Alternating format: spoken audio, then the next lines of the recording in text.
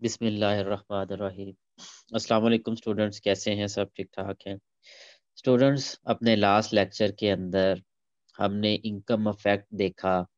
Consumer equilibrium के ऊपर, या आप यूँ कह लें कि हमने ये देखा। कंज्यूमर इक्विलिब्रियम तो खैर हमने डिस्कस नहीं किया।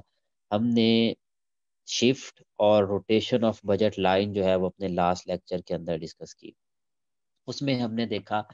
कि जब भी कंज्यूमर की इनकम जो है ना वो चेंज होती है, मैंने कहा कि इनकम को वाई से भी इंडिकेट करते हैं, आई से भी इंडिकेट करते हैं, डब्ल्यू से भी इंडिकेट करते हैं। तो जब भी कंज्यूमर की इनकम चेंज होती है, तो कंज्यूमर की इनकम चेंज होने की वजह से जो बजट लाइन होती है बच्चों, वो शिफ्ट हो जाती है। और ये जो शिफ्ट इन बजट लाइन होती है, ये दो तरह से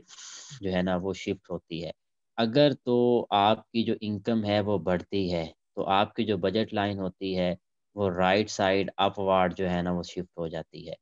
और अगर आपकी जो इनकम है वो कम हो जाती है, तो उसकी वजह से आपकी जो बजट लाइन होती है वो लेफ्ट वार्ड जो है ना वो, या आप कह लें कि डाउन वार्ड जो है ना वो शिफ्ट हो जाती है। और जबकि जो प्राइसेस होती हैं, जैसे प्राइस ऑफ एक्स है और इसी तरह से प्राइस ऑफ वाई जो है, ये कांस्टेंट हो। और ये हमने कहा था कि in case of normal commodities या in case of normal goods में जो है ना वो होता है। नॉर्मल गुड्स के बारे में बच्चों हमने इन डिटेल पढ़ा था कि नॉर्मल गुड्स से मुराद वो गुड्स होती हैं जिनके लिए जो इनकम अफेक्ट होता है वो पॉजिटिव होता है।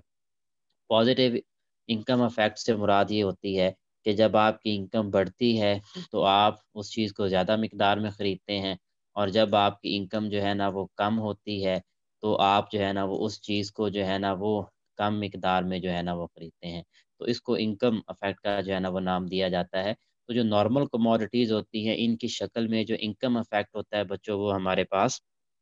पॉजिटिव होता है। अब साफ ज़ाहिर है कि जब प्राइसेस कांस्टेंट रहें, और प्राइसेस कांस्टेंट रहने की वजह से जब कंज़्यूमर के लिए या कंज़्यूमर की जो बजट लाइन होती है, जब वो शिफ्ट होती है due to change in income, तो उसकी वजह से जो कंज्यूमर का इक्विलिब्रियम पॉइंट है बच्चों, वो भी लाजमी तौर पे जो है ना वो चेंज हो जाता है। अब हम ग्राफिकली इस चीज़ को जो है ना वो डिस्कस करेंगे कि कैसे चेंज इन कंजम्पशन जो है वो सॉरी चेंज इन इनकम जो है वो कंज्यूमर का जो कंजम्पशन बंडल होता है, या कंज्यूमर का जो पॉइंट ऑफ इक्विलिब्रियम होता है, उसको जो है ना वो चेंज करता है। So let me take a numerical example, और उसके बाद हम जो है ना वो ग्राफ के ज़रिए से इंडिकेट करेंगे कि कैसे जब कंज्यूमर की इनकम चेंज होती है तो वो कंज्यूमर का इक्विलिब्रियम लेवल जो है ना वो उसको चेंज कर देता है। अज्यूम करें बच्चों कि एक कंज्यूमर के पास जो टोटल इनकम है वो 12 रुपीज़ है, और कंज्यूमर के पास, या इसको चलें थोड़ा सा लोअर लेवल से स्टार्ट करते हैं। कंज्यूमर के पास जो इनकम है वो 6 रुपीज़ है, प्राइस ऑफ एक्स जो है वो बच्चों 2 रुपीज़ है, और प्राइस ऑफ वाई जो है ये 3 रुपीज़ है। तो यहाँ पे अगर हम कंज्यूमर का इक्विलिब्रियम जो है ना वो ड्रॉ करें, तो कोऑर्डिनेट सिस्टम अगर हम यहाँ पे बनाएँ, यहाँ पे हम एक्स एक्सिस को लेंगे और यहाँ पे हमारे पास वाई एक्सिस होगा, और यहाँ पे बच्चों हम ये अज़्यूम करेंगे जो कमोडिटी एक्स और कमोडिटी वाई है, both these two are normal commodities, क्योंकि इनकी शक्ल में हमारा जो इनकम इफ़ेक्ट होगा वो पॉज़िटिव होगा। अब अगर कंज़्यूमर अपने सारे पैसे जो है वो शे एक्स पे जो है ना वो खर्च कर दे, तो उसके वो 3 यूनिट्स जो है ना वो ले सकता है, परचेज़ कर सकता है। और अगर सारे के सारे वाई पे खर्च करे, जबकि वाई ₹3 की एक आ रही है, तो हमारा कंज़्यूमर जो है वो 4 जो आप कह लें कि यूनिट्स ऑफ वाई जो है ना वो परचेज़ कर सकता है। तो इन दोनों पॉइंट्स को अगर हम जो है ना वो मिला दें, तो हमारे पास जो है ना वो एक बजट लाइन बन जाएगी, जिसको मैं M1 का नाम देता हूँ, जो कि लोअर इनकम की हमारे पास जो है ना वो बजट लाइन है। और यहाँ पे ये कंज्यूमर का इंडिफरेंस कर्व है, जिसको मैं IC1 का जो है ना वो नाम देता हूँ। और यहाँ पे जो पॉइंट ऑफ इक्विलिब्रियम होगा, दैट वुड बी E1। और इससे अगर हम नीचे हम एक परपेंडिकुलर ड्रॉ करें, वर्टिकल परपेंडिकुलर, तो X1 जो है ये हमारे पास कंज्यूमर का वो लेवल ऑफ एक्स का होगा जहाँ पे कंज्यूमर इक्विलिब्रियम कंडीशन के ऊपर है। अब हम फर्ज़ करते हैं कि जो कंज्यूमर इक्विलिब्रियम है वो बढ़ गई है, सॉरी कंज्यूमर की इनकम जो है ना वो बढ़ गई है। कंज्यूमर की इनकम फॉर एग्ज़ाम्पल 6 से बढ़ के जो है ना वो 12 हो गई है। जबकि प्राइस ऑफ एक्स कांस्टेंट है, प्राइस ऑफ वाई भी कांस्टेंट है। तो अब कंज्यूमर अगर अपने सारे के सारे 12 रुपीज़ एक्स शेयर पे खर्च करे, जबकि एक्स का एक यूनिट 2 रुपीज़ का आ रहा है, तो वो फिर बच्चों उसके 6 यूनिट्स जो है ना वो परचेज कर सकता है। और अगर सारे के सारे वाई पे खर्च करे तो साफ ज़ाहिर है यहाँ पे सॉरी यहाँ पे गलती हो गई है, यहाँ पे 2 आने थे, ठीक है? तो फिर वो कंज्यूमर जो है वो इसके 4 यूनिट्स, क्योंकि यहाँ पे 6 को जब हम 3 पे डिवाइड करेंगे तो 2 आएगा। तो जब 12 को 3 पे डिवाइड करेंगे तो कंज्यूमर जो है ना वो इसके 4 यूनिट्स जो है ना वो परचेज कर सकता है। तो अब यहाँ पे ये जो हमारे पास 2 ब्लू पॉइंट्स मैंने लिए हैं 4 और 6 जो हैं, इन दोनों को जब हम एक दूसरे के साथ मिलाते हैं तो ये हमारे पास एक नई बजट लाइन बन जाती है, जो कि हायर जो हमारा इंडिफरेंस कर्व होता है उस पे जो है ना वो इंटरसेक्ट करती है। फॉर एग्जांपल IC2 पे जो है ना वो इंटरसेक्ट करती है। और यहाँ पे जो पॉइंट ऑफ इक्विलिब्रियम होता है वो हमारे पास E2 होता है, और जहाँ पे जो कंज्यूमर होगा वो एक्स की यूनिट्स को बढ़ा के X1 से X2 कर देगा। अब अगर कंज्यूमर इनकम मज़ीद बढ़ती है और ये बढ़ के हो जाती है अगर 24, तो यहाँ पे आप देखें तो जब 24 होगी तो कंज्यूमर अब एक्स शेयर के जो है ना वो 12 यूनिट्स जो है ना वो परचेज़ कर सकता है, और वाई शेयर के जो है ना वो 8 यूनिट्स जो है ना वो परचेज़ कर सकता है। तो इस सूरत में आप कह लें कि यहाँ पे ये हमारे पास 12 फॉर एग्ज़ाम्पल आ जाएगा, और यहाँ पे हमारे पास 8 आ जाएँगे। इन दोनों को जब हम आपस में मिलाएँगे तो हमारे पास एक और बजट लाइन आ जाएगी। तो यहाँ पे ये जो था इसको M2 यानी बजट का जो है ना वो नाम देते हैं। अब नेक्स्ट साफ ज़ाहिर है कंज्यूमर मज़ीद ऊपर वाले इंडिफरेंस कर्व पे चला जाएगा, IC3 पे चला जाएगा, और उसका जो पॉइंट ऑफ इक्विलिब्रियम होगा वो E3 होगा, जहाँ पे कंज्यूमर जो है वो एक्स के यूनिट को X2 से बढ़ा के X3 कर देगा। तो यहाँ पे हमने देखा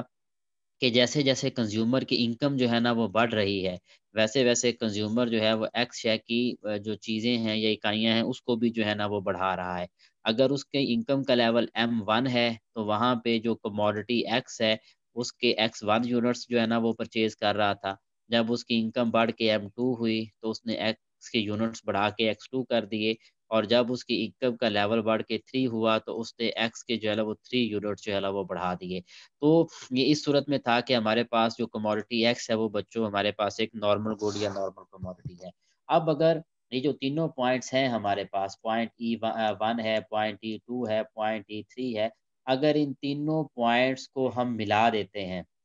ओरिजिन के साथ, या वैसे अगर मिला दें या ओरिजिन से मिला दें आपकी मर्ज़ी है, तो हमारे पास एक कर्व बनेगा जो ये देखें, इसको कहते हैं बेटा ICC, यानी ये जो कर्व है इसको क्या नाम दिया जाता है? ICC कर्व का नाम दिया जाता है। ICC का मतलब होता है बेटा इनकम कंज़म्पशन कर्व। तो ये हमारे पास इनकम कंज़म्पशन का जो है ना वो कर्व जो है ना वो ड्रॉ हो जाएगा या बन जाएगा, जिसको ICC या इनकम कंज़म्पशन कर्व का जो है ना वो नाम दिया जाता है। तो ये जो ICC अगर आप देखें तो ये बच्चों पॉज़िटिवली स्लोप है, जो हमें बता रहा है कि जैसे-जैसे कंज़्यूमर की इनकम बढ़ रही है वैसे-वैसे उसकी बजट लाइन अपवर्ड राइट की तरफ जो है ना वो शिफ्ट हो रही है, जिसकी वजह से कंज़्यूमर एक्स है के जो यूनिट्स है उसको जो है ना वो बढ़ाता चला जा रहा है। So this is called income consumption curve. अब ये जो बेटा एक कॉन्सेप्ट है हमारे पास इनकम कंजम्पशन कर्व का, या चेंज इन इनकम की वजह से जो कंज्यूमर एक्स शेयर की डिमांड को जो है ना वो बढ़ा रहा है या एक्स शेयर को ज़्यादा मिकदार में जो है ना वो खरीद रहा है, इसको बेटा एक और भी नाम दिया जाता है, इन इनकम कंजम्पशन कर्व को एक और नाम भी दिया जाता है, that is called angel curve. इसको एंजल कर्व के नाम से भी जो है ना वो जाना जाता है। अब एंजल कर्व जो है बेसिकली ये एक अर्नेस्ट एंजल के नाम से इसको एंजल कर्व कहा जाता है। अर्नेस्ट एंजल जो है बेटा, इनका जो अरसा हयात है वो 1821 से लेके और 1896 तक है। तो इन्होंने क्या किया था, इन्होंने सबसे पहले ये जो रिलेशनशिप है इनकम और क्वांटिटी डिमांड के दरमियान, इसको जो है ना वो स्टडी किया था। यानी इन्होंने जर्मनी के अंदर जो है ना वो कंज्यूमर्स की इनकम और जो कंज्यूमर डिमांड है इसके दरमियान जो रिलेशनशिप है, सबसे पहले इन्होंने स्टडी किया था, और ये जो है वो एक स्टैटिस्टिशियन थे। और इन्होंने आप कह लें कि जो रिलेशनशिप कायम किया उसी की वजह से जो इनकम कंजम्पशन कर्व है उसको एंजल कर्व भी कहा जाता है, और जो रिलेशनशिप है इनकम और कंज्यूमर की डिमांड का, इसको जो है ना वो एंजल्स लॉ के नाम से भी जो है ना वो जाना जाता है। जो इस बात को इंडिकेट करता है कि जब फैमिलीज़ की इनकम कम होती है, यानी जब लोअर इनकम होती है फैमिलीज़ की, तो वो क्या करते हैं, वो जो फूड आइटम्स होते हैं उन पे जो है ना वो अपने अखराजात जो है ना वो बहुत ज़्यादा करते हैं। या दूसरे लफ्ज़ों में जो लोअर इनकम फैमिलीज़ होती हैं, उनके जो एक्सपेंडिचर्स होते हैं फूड आइटम्स के ऊपर या बेसिक नेसेसिटीज़ ऑफ लाइफ़ के ऊपर, वो बहुत ज़्यादा जो है ना वो होते हैं। और जो अर्नेस्ट एंजल थे, उनके जो कंक्लूजन है बेटा, वो उन्होंने 153 बेल्जियन जो फैमिलीज़ थी, उनको जो है ना वो इकट्ठा किया था और उससे जो है ना वो स्टैटिस्टिकल डेटा लेके उन्होंने जो है ना वो अपने इस रिलेशनशिप को जो है ना वो प्रूव भी किया था। अब अगर एंजल कर्व की हम बात करें या एंजल कर्व हम ड्रॉ करना चाहें, तो लुक एट इट। बेसिकली जो हमारा एंजल कर्व, ये जो इनकम कंजम्पशन कर्व भी जिसको कहा जाता है, बेसिकली ये जो मैंने टेबल बनाया है इनकम और कंजम्पशन का, इनके पेयर्स को मिलाने से जो है ना वो बनता है। लिहाज़ा अगर हम अलग से जो है ना वो एंजल कर्व जो है ना वो ड्रॉ करना चाहें बाय यूजिंग दिस इन्फॉर्मेशन, जो भी यहाँ पे मैंने इन्फॉर्मेशन जो है ना वो इस्तेमाल की है, कि यहाँ पे अगर हम इनकम ले लेते हैं, पहला कॉलम हमारे पास जो है, और जो दूसरा, look at it, let me type it ताकि आप लोगों को ज़रा सा आसानी रहे। तो पहला कॉलम जो है वो हम इनकम का ले लेते हैं, और जो दूसरा कॉलम है वो बच्चों हम ले लेते हैं आपकी जो है ना वो कंजम्पशन ऑफ गुड का, या कंजम्पशन का जो है ना वो दूसरा कॉलम जो है ना वो हमारा आ जाता है। तो अगर हम इनकम की बात करें, तो फॉर एग्जांपल पहले कंज्यूमर की जो पास जो इनकम थी वो $6 थी, ठीक है? उस वक़्त उसकी एक्स की जो आप कह लें कमोडिटी X1 थी, और जब इनकम बढ़ के जो है ना वो $12 हुई, तो जो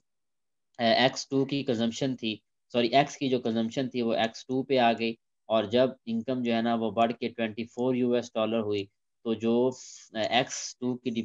की डिमांड थी वो X2 से बढ़ के हमारे पास X3 होगी। तो जैसे-जैसे कंज़्यूमर की इनकम जो है ना वो बढ़ी है, वैसे-वैसे जो कंज़म्पशन का लेवल है एक्स कमोडिटी का, उसमें भी इज़ाफ़ा हुआ है, और कंज़्यूमर ने जो है ना वो डिमांड एक्स शै की जो है ना वो बढ़ा दी है। अब अगर इसी चीज़ को जो है ना वो हम कोऑर्डिनेट सिस्टम के ऊपर जो है ना वो ड्रॉ करें इसी इन्फॉर्मेशन को, और जब इसको हम इन्फॉर्मेशन को जो है ना वो यहाँ पे करेंगे, तो उसके लिए हम करेंगे क्या, कि हमारा जो हॉरिज़ॉन्टल एक्सिस होगा, अब यहाँ पे हम मनी इनकम को लेंगे,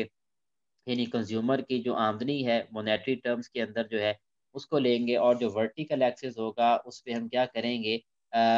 जो हमारे पास quantity of X good demanded है, या आप कह लें कि डिमांड ऑफ कमोडिटी एक्स को जो है ना वो वर्टिकल एक्सिस पे ले लेंगे। अब फॉर एग्जांपल जो कंज्यूमर की इनकम है, अब इसको अगर हम लें 6 का फ़र्क जो है ना वो ले ले सकते हैं, तो ये हमारे पास 6 है, फिर उसके बाद 12 है, और उसके बाद 18 है, और उसके बाद जो है ना वो 24 फॉर एग्ज़ाम्पल आ जाता है। ठीक है? ये यूएस डॉलर्स में हमारे पास 6 यूएस डॉलर्स है, 12 जो है ना वो यूएस डॉलर्स हैं, 18 यूएस डॉलर्स हैं, या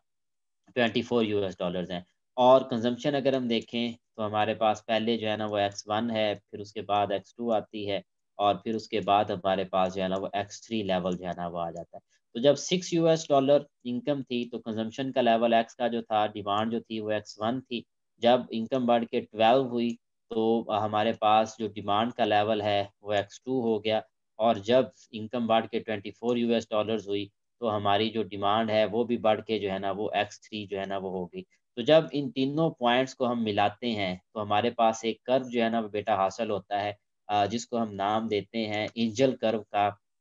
जो कि अर्नेस्ट एंजल के नाम से जाना जाता है, या इसको एंजल लॉ का भी जो है ना वो नाम दिया जाता है, जो इस बात को इंडिकेट करता है कि जैसे-जैसे आपका जो कंज़्यूमर होता है, उसकी इनकम में इज़ाफ़ा होता है, वैसे-वैसे वो एक्स शै की जो डिमांड होती है, उसको बढ़ाना शुरू कर देता है, और ये उस सूरत में होता है when we have normal good. ये उस सूरत में है जब हमारे पास जो एक्स शै है, वो हमारे पास नॉर्मल गुड है। और नॉर्मल गुड के बारे में बच्चों मैं आप लोगों को बता चुका हूँ कि नॉर्मल गुड से मुराद वो गुड होती है कि जब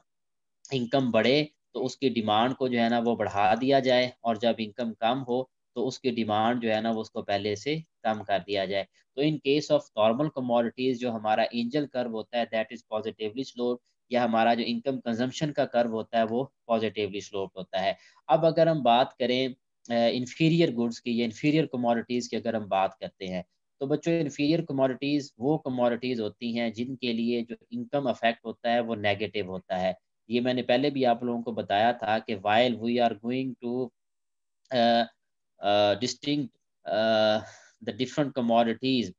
while they fall in the category of normal goods or they fall in the category of inferior commodities, तो हमारे पास एक ही पैरामीटर होता है जिसकी मदद से हम जज कर सकते हैं कि हमारी जो चीज़ है वो नॉर्मल है या वो इन्फीरियर है। तो उसके के लिए हमारे पास जो एक पैरामीटर होता है उसको इनकम इफेक्ट का जो है ना वो नाम दिया जाता है। तो अगर तो जो हमारा इनकम इफेक्ट है वो पॉजिटिव हो, तो फिर इसका मतलब ये होता है कि हमारी जो चीज़ होगी, हमारी जो कमोडिटी होगी, वो नॉर्मल कमोडिटी जो है ना वो कहलाएगी। लेकिन अगर हमारा जो इनकम इफेक्ट होता है वो नेगेटिव हो, तो फिर इसका मतलब ये होता है कि हमारी जो कंसर्न्ड कमोडिटी होती है वो इन्फीरियर कमोडिटी होती है। नेगेटिव से मुराद ये है कि जब कंज्यूमर इनकम बढ़ती है, तो कंज्यूमर क्या करता है, डिमांड को कम कर देता है और जब इनकम कम होती है तो फिर उस चीज़ की डिमांड को बढ़ा देता है। तो आप कह लें कि जब नेगेटिव इनकम इफेक्ट हमें देखने को मिलता है, तो इसका मतलब ये होता है कि हमारी जो कंसर्न्ड कमोडिटी होती है वो इन्फीरियर कमोडिटी जो है ना वो कहलाती है। और इन्फीरियर कमोडिटी की शक्ल में हमारा जो इनकम कंजम्पशन कर्व होता है या जो एंजल कर्व होता है बच्चों, वो नेगेटिवली स्लोप्ड होता है। वो कैसे होता है, let me draw it on the coordinate system. यहाँ पे हम एक्स कमोडिटी को ले लेते हैं, यहाँ पे जो है ना वो हम गुड वाई को जो है वो ले लेते हैं और फर्ज करते हैं कि ये हमारे पास जो है ना वो पहली बजट लाइन है और इस पहली बजट लाइन के ऊपर कंज्यूमर IC1 के ऊपर है और उसका जो पॉइंट ऑफ इक्विलिब्रियम है वो E1 है और यहाँ पे कंज्यूमर जो है वो X3 यूनिट्स जो है ना वो X के 3 यूनिट्स कंज्यूम कर रहा है। अब अगर कंज्यूमर इनकम बढ़ती है, तो कंज्यूमर इनकम बढ़ने की वजह से जो बजट लाइन है, वो पैरेलल ऊपर की तरफ शिफ्ट हो जाएगी और कंज्यूमर का जो इंडिफरेंस कर्व होगा वो IC2 बन जाएगा और इस पे कंज्यूमर पॉइंट E2 पे इक्विलिब्रियम कंडीशन पे होगा और वो X के जो यूनिट्स हैं वो बढ़ाने की बजाय कम कर देगा और X2 यूनिट्स जो है ना वो कर देगा। तो यहाँ पे अगर इस पॉइंट E2 और E1 को हम आपस में मिलाते हैं, तो हमारे पास जो कर्व बनेगा that would be income consumption curve, ये वाला कर्व जो ब्लू लाइन मैंने अभी ड्रॉ की है। तो ये हमारे पास ICC कर्व बनेगा या इसको एंजल कर्व भी कहते हैं और ये अगर आप देखें तो यहाँ पे बच्चों आपको नज़र आ रहा होगा कि ये नेगेटिवली स्लोप है। तो ये नेगेटिवली स्लोप किस वजह से है? ये नेगेटिवली स्लोप इस वजह से है कि यहाँ पे जो हमारी कमोडिटी है वो बेटा नेगेटिव इनकम इफेक्ट को जो है ना वो इंडिकेट कर रही है, जिसका मतलब ये है कि जिस गुड के हम जो है ना वो इनकम इफेक्ट देखने जा रहे हैं, वो हमारी इन्फीरियर कमोडिटी है और इन्फीरियर कमोडिटी की शक्ल में हमारा जो एंजल कर्व होता है या जो इनकम कंजम्पशन कर्व होता है वो नेगेटिवली स्लोप्ड होता है, विच इंडिकेट द नेगेटिव और inverse relationship between income and the demand of the good x. तो ये था हमारा आज का लेक्चर जिसके अंदर हमने इनकम इफेक्ट और इसी तरह से जो एंजल कर्व है और एंजल लॉ जो है उसको डिस्क्राइब किया। इंशाल्लाह अपने कल वाले लेक्चर के अंदर हम जो है वो प्राइस इफेक्ट को जो है वो डिस्कस करेंगे और देखेंगे कि कैसे जब किसी एक कमोडिटी की प्राइस चेंज होती है while remaining the price of other commodities and consumer income constant, तो उस सूरत में जो कंज्यूमर होता है उसके इक्विलिब्रियम के ऊपर जो है ना वो किस किस्म का जो है ना वो अफेक्ट आता है। Up till now this is end of our today's lecture. अगर इससे रिलेटेड आप लोगों को कोई क्वेश्चन है या कोई चीज़ आपको समझ नहीं आई, तो आप लोग जो है ना वो नेक्स्ट इसी के फ़ौरन बाद ज़ूम मीटिंग है उसको ज्वाइन करें, उसके अंदर फिर जो है ना वो हम इसको डिस्कस करेंगे। This is end of our today's lecture. Wish you best of luck. Allah हाफिज़।